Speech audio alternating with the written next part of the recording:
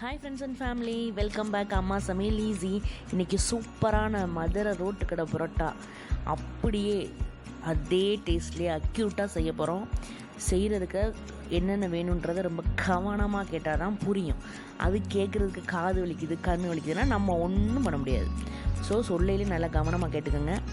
நீங்கள் ஹோட்டலில் பரோட்டா வாங்கிட்டு வந்தாலோ அல்லது முந்தின நாள் நம்ம நைட்டு பரோட்டா சுட்டுட்டு மிச்சம் இருந்தாலோ அதை எடுத்து நம்ம வச்சுருப்போம் இல்லையா, அதுலேயும் செய்யலாம். அல்லது ஃப்ரெஷ்ஷாகவே செஞ்சுட்டு பிள்ளைங்க வீட்டில் முட்டை பரோட்டா கேட்குதுன்னா அதுலேயும் செய்யலாம். நான் நைட்டு செஞ்சதில் செஞ்சு காமிச்சிருக்கேன். உங்கள் வீட்டில் நீங்கள் நைட்டு சுட்டதில் மிச்சம் இருந்தாலும் அதை எடுத்து மறுநாள் காலையில் சூடு பண்ணி ஃப்ரிட்ஜில் வச்சுட்டு மறுநாள் காலையில் நீங்கள் சூடு பண்ணி செஞ்சாலும் அதே டேஸ்ட்டு கிடைக்கும். இல்லை அப்போயே ஃப்ரெஷ்ஷாக செஞ்சுட்டு எனக்கு முட்டை பரோட்டா வேணும் அப்படின்னா உடனேயும் செய்யலாம். டேஸ்ட்டு வேறு லெவலில் இருக்கும். வேறு எதுவுமே தேவையில்லை. சின்ன வெங்காயம், பச்சை மிளகா, கொத்தமல்லி, முட்டை, இது மட்டும்தான் தேவை. சூப்பரான அப்படியே அக்யூரேட்டாக ஹோட்டலில் இருக்க அதே கொத்து பரோட்டா அண்டு முட்டை பரோட்டா ஒரு 5 மினிட்ஸில் ரெடி ஆயிரும். பிள்ளைங்க ரொம்ப விரும்பி சாப்பிடுவாங்க. ரெண்டாவது நம்ம போய் வாங்கினோன்னாலும் 60 ரூபா சம்திங் நினைக்கிறேன். பட் நம்ம வீட்டில் ஒரு 5 பரோட்டா இருந்துச்சுன்னா 2 பேர் தாராளமாக சாப்பிட்லாம். 5 பரோட்டாவில் செஞ்சோன்னா அதனால் நம்ம வீட்டிலையே ஈஸியாக செய்யலாம். இது ஈஸியாக செய்யக்கூடிய ஒரு டிஷ்ஷு தான். ரொம்ப நிறைய இன்க்ரீடியண்ட்லாம் எப்போயுமே நம்ம சேனலில் சொல்லவே மாட்டோம். அது ரொம்ப அதில் எனக்கு ஒரு நம்பிக்கையே இல்லை. நம்மக்கிட்ட வீட்டில் என்ன இருக்குது, வீட்டில் இருக்கிறத வச்சு என்ன ஹெல்த்தியாக செய்ய முடியும், டேஸ்டியாக, அதே நேரத்தில் டேஸ்ட்டையும் விடாமல் ஹெல்த்தியையும் விடாமல் எதை செய்ய முடியுமோ அதை மட்டும் தான் நம்ம சேனலில் போடுறோம். வாங்க வீடியோக்குள்ளே புதுக்கட்டின்னு குதிச்சிடலாம். இப்போது ஒரு இரும்பு தோசை சட்டி எடுத்து நல்லா சூடு பண்ணிக்கிட்டுங்க. நான் அந்த சட்டிலையும் செய்யலாம். அந்த வடச்சட்டி மாதிரி ஒரு பெரிய அயன் சட்டி இருந்தாலும் அதுலேயும் செய்யலாம். பட் அதே டேஸ்ட் வரணும் அப்படின்றதுக்காக அந்த கொத்து பரோட்டாவை போட்டு கொத்தி தானே நமக்கு கொடுப்பாங்க. அந்த டேஸ்ட்டு வரணுன்றதுக்காக நான் இதிலே தோசை சட்டிலே ட்ரை பண்ணியிருக்கேன். அதே மாதிரி பெரிய அயன் கடாயிலே வச்சு தோசை இதிலே வச்சு செஞ்சு பார்ப்போமே அப்படின்னு இன்றைக்கி செஞ்சிட்ருக்கோம். கடலெண்ணெய், நல்லெண்ணெய் யூஸ் பண்ணால் நல்லெண்ணெய் யூஸ் பண்ணிக்கோங்க. தயவு செஞ்சு ரீஃபைண்ட் ஆயில் கண்ட எண்ணெய் யூஸ் பண்ணுறது தயவு செஞ்சு யாராவது நிறுத்துங்க. நல்லெண்ணெய், கடலெண்ணெய் இந்த 2 எண்ணெயும் செக்கில் வாங்கி ஆட்டி கொஞ்சம் சிரமம் பார்க்காமல் கொஞ்சம் மேல் வலிக்காமல் போய் செஞ்சு பிள்ளைங்களுக்கு கொடுங்க. அதான் ரொம்ப நல்லது. நான் கடலெண்ணெய் ஊற்றிருக்கேன். நல்லா ஆவி வந்துட்டுருக்கு. பொடியாக வெட்டி வச்சுருந்தோம்னா சின்ன வெங்காயம் அதை போட்டேன். சின்ன வெங்காயம் அந்த எண்ணெயிலே நல்லா ஃப்ரை ஆகட்டும். இரும்பு சட்டிக்குன்னு ஒரு இது இருக்கும் பார்த்திங்களா, வாசம் நல்லாயிருக்கும். நம்ம அந்த ஹீட்டுலேயே எந்த பொருள் போட்டாலும் ஒரு சுருண்டுரும். அது மாதிரி ரொம்ப நல்லாயிருக்கும். சின்ன வெங்காயத்தை போட்டாச்சு. நல்ல ஒரு பெரிய தோசை கரண்டி எடுத்து கொத்துன்னு கொத்தி விட்டு வச்சுங்க. நல்ல 2 நிமிஷத்தில் சுருங்கிடும். வெங்காயம் நல்லா மெதுவாகட்டும். ஒரு மாதிரி கிரன்ச்சினஸ் இல்லாமல் நல்லா இதாகட்டும்.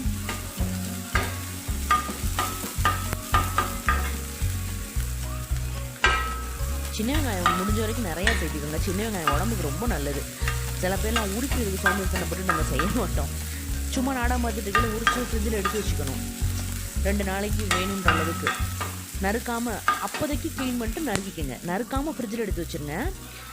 அப்போதைக்கு எடுத்து நறுக்கிக்கங்க. நறுக்கி வச்சிங்கன்னா அதில் இருக்கிற சத்தெல்லாம் போயிடும். அதுக்கப்புறம் ஒரு பச்சை மிளகா. என்னடா ஒரு பச்சை மிளகா தான் போட்டேன், காரமேன்னு என்னையே கேட்கக்கூடாது. உங்கள் டேஸ்ட்டுக்கு எவ்வளோ வேணுமோ, உங்களுக்கு எவ்வளோ காரம் வேணுமோ அந்த பச்சை மிளகா காரம் மட்டும் நீங்கள் ஏற்றுக்க உங்கள் டேஸ்ட்டுக்கு ஏற்ற மாதிரி ஆட் பண்ணிக்கோங்க. உப்பும் உங்கள் டேஸ்ட்டுக்கு ஏற்ற மாதிரி ஆட் பண்ணிக்கோங்க. சின்ன வெங்காயம், இது பச்சை மிளகா.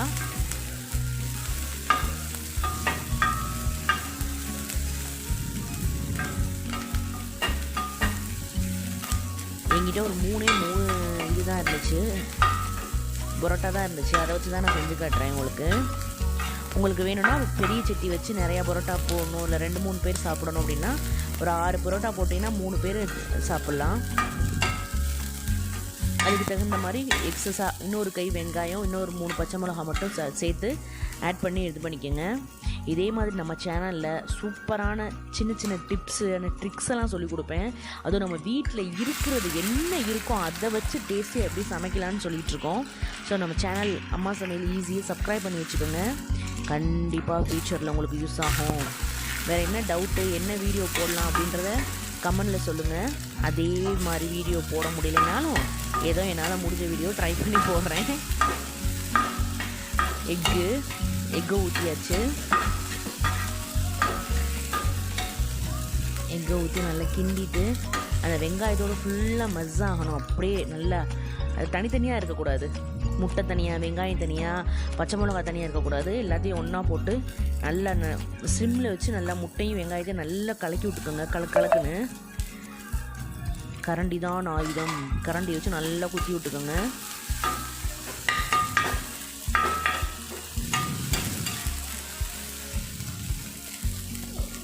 இதெல்லாம் நம்ம போட்டு நைட் இருந்துச்சுன்னா அதிகபட்சம் ஒரு 15 நிமிஷம் தான், சட்டுன்னு ரெடி ஆயிரும். ரொம்ப நேரம்லாம் டைம் ஆகாது.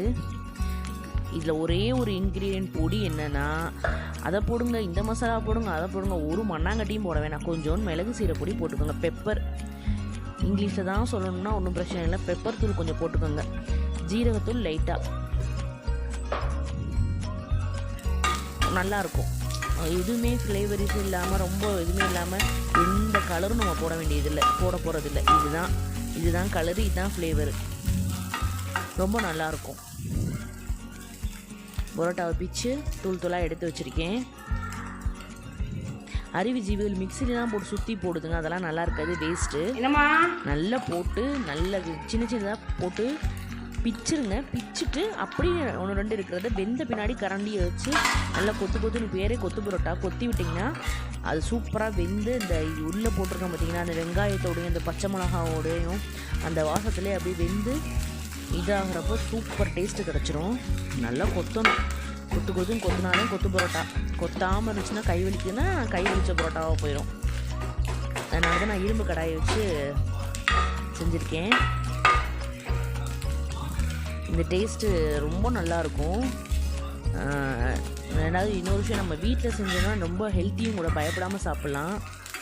கடையில் வாங்கினதுன்னு செய்யலாம், பிரச்சனை இல்லை. நம்ம என்ன ஒரு நாள் தானே செய்ய போகிறோம். அடிக்கடி நம்ம மைதா யூஸ் பண்ணுறத தவிர்த்துருங்க. யாராக இருந்தாலுமே குழந்தைங்க தூக்குறாங்கனாலும் அதே ரொட்டீனாக பழகாதீங்க. எப்போயாவது வீக்லி ஒன்ஸு அல்லது மந்த்லி 2s அப்படி மட்டும் யூஸ் பண்ணுங்கள். ரொம்ப மைதா யூஸ் பண்ணாதீங்க. அவ்வளோதாங்க, முடிஞ்சு போச்சு. இது என்னென்னா, நம்ம பரோட்டாவுக்கு வச்சுருப்போம்ல குழம்பு முக்கியம் அமைச்சரே. பரோட்டாவுக்கு வச்சுருக்க குழம்பு தான் சாஃப்ட்னஸ் கொடுக்கும். இது எப்படி இருக்குன்னா வெறுன்னு இருக்கும் நம்ம குழம்பு ஊற்றலைன்னா. இந்த குழம்பு வந்து நிறையா ஊற்றக்கூடாது, அவ்வளோதான். லைட்டாக ஆட் பண்ணி நல்லா கொத்தி விடணும். முடிஞ்சு போச்சு. இவ்வளோதான் வேலையே, சிம்பிள். பெப்பர் பொடி மட்டும் சேர்த்துருக்கோம், மிளகு சீரப்பொடி லேசாக சேர்த்துருக்கோம், அவ்வளோதான். வேறு எந்த பொடியும், அந்த மசாலா இந்த மசாலா தனியா மசாலா ஒரு வெங்காய மசாலாவும் இல்லை. பெப்பர் பொடி, நைட்டு வச்ச குழம்பு அல்லது மார்னிங் நம்ம ஃப்ரெஷ்ஷாக செஞ்சோன்னா அதையே நீங்கள் யூஸ் பண்ணிக்கலாம்.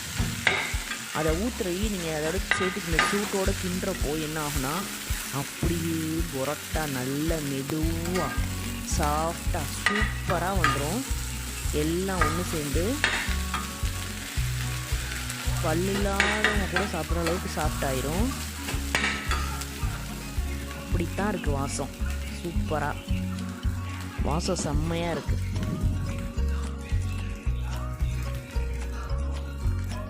கொஞ்சோண்டு அதில் அந்த இதில் நிறைய குழம்பு நான் ஊற்றவே இல்லை. சல்னா கொஞ்சோண்டு சல்னா தான் ஊற்றிருக்கேன். ஊற்றி நல்லா கிண்டி விட்டுட்டேன். அந்த முட்டை, வெங்காயம், பச்சை மிளகா, கொத்தமல்லி எல்லாம் ஒன்று சேர்ந்து இந்த குழம்போட நல்ல இதாகி ஒன்று சேர்ந்து கலக்கி நல்லா மஜ்ஜாகட்டும். நம்ம செத்த நேரம் ஒரு 5 மினிட்ஸ் கூட அதிகம் தான். சிம்மில் வச்சுருங்க, லோ ஃப்ளேமில் வச்சு நல்லா கொத்தி விட்டு மூடி போட்டு மூடி வச்சிட்டிங்கன்னா இந்த வாசம் ஃபுல்லும் நல்லா உள்ளே பரவி சூப்பராக இருக்கும். சூப்பரான சுவையான அழகான டேஸ்டியான பார்க்குறதுக்கே கலர்ஃபுல்லான அப்படின்னு சொல்லலாம் முட்டை பரோட்டா அண்டு கொத்து பரோட்டா ரெடி. சூப்பராக ரெடி ஆகிட்டுதா. அவ்வளோதாங்க. அப்புறமேட்டு பிள்ளைங்களுக்கு கொடுக்கலாம், நம்மளும் சாப்பிட்லாம். நல்லாயிருக்கும். வீட்டில் செஞ்சு சாப்பிடுங்க. கடையில் வாங்குறத விட வீட்டில் செஞ்சு சாப்பிட்டிங்கன்னா உங்களுக்கு இன்னும் டேஸ்டியாக இருக்கும். இதுதான் மதுரை ரோட்டு கடை பரோட்டா ரெடி ஆகிடுச்சு. சாப்பிடுங்கோ, எல்லோரும் சாப்பிடுவாங்க, நானும் சாப்பிட போகிறேன். செம்ம டேஸ்ட்டாக இருக்குது. ஒரு 5 மினிட்ஸ் மூடி வச்சேன். எதுக்கு மூடி வைக்கிறேன்னா இன்னும் நல்ல மெதுவாகும். ஒரு பொருளை நம்ம மூடி வச்சு குக் பண்ணுறப்போ அது நல்ல சாஃப்ட்னஸ் கொடுக்கும் பார்த்துக்குங்க. அந்த ஹார்டே இல்லாமல் அந்த உள்ள நல்ல வெந்து சாஃப்ட் ஆயிடுச்சு, சூப்பராக வெந்துருச்சு. பார்த்தீங்கன்னாலே உங்களுக்கு தெரியும், ஒரு மாதிரி ப்ரௌனிஷாக ஆயிடுச்சு. இந்த மாதிரி அதாவது பேச்சுலருக்கு தேவையான டிப்ஸு, சமைக்கிறதுக்கு புதுசாக தனியாக சமைப்பாங்க, பசங்களாக இருக்கட்டும் பொண்ணுங்களாகட்டும், தனியாக வேலை பார்க்குற இடத்துல சமைக்கிறவங்களுக்கு தேவையான டிப்ஸு. அதுக்கப்புறம் புதுசாக கல்யாணம் ஆகி சுடுதண்ணி கூட வைக்க தெரியாமல் இருக்கவங்களுக்கு எப்படி சுடுதண்ணி வைக்கிறதுலேருந்து ஆரம்பிக்கிற டிப்ஸு, இதெல்லாம் நம்ம சேனல் நெக்ஸ்ட்டு வந்துக்கிட்டே இருக்குது. அதுக்கு முக்கியமான விஷயம், நம்ம சேனல் சப்ஸ்கிரைப் பண்ணணும். அதுக்கும் கை வலிச்சுன்னா அது ஒன்றும் பண்ண முடியாது. ரெட் கலர் பட்டன் அமைக்கி சப்ஸ்கிரைப் பண்ணி வச்சுக்கோங்க. நம்ம சேனலில் சூப்பரான வீடியோஸ்லாம் வந்துகிட்டே இருக்குது. இப்போது நான் சாப்பிட போகிறேன். சூப்பரான சுவையான கொத்து பரோட்டா ரெடியாகிவிட்டது. என்ன ஒன்றுமே இதில் போடல, நம்ம என்ன போட்டிருக்கோம், முட்டை, வெங்காயம், பெப்பர் பொடி, அவ்வளோதான், ஒரு பச்சை மிளகா.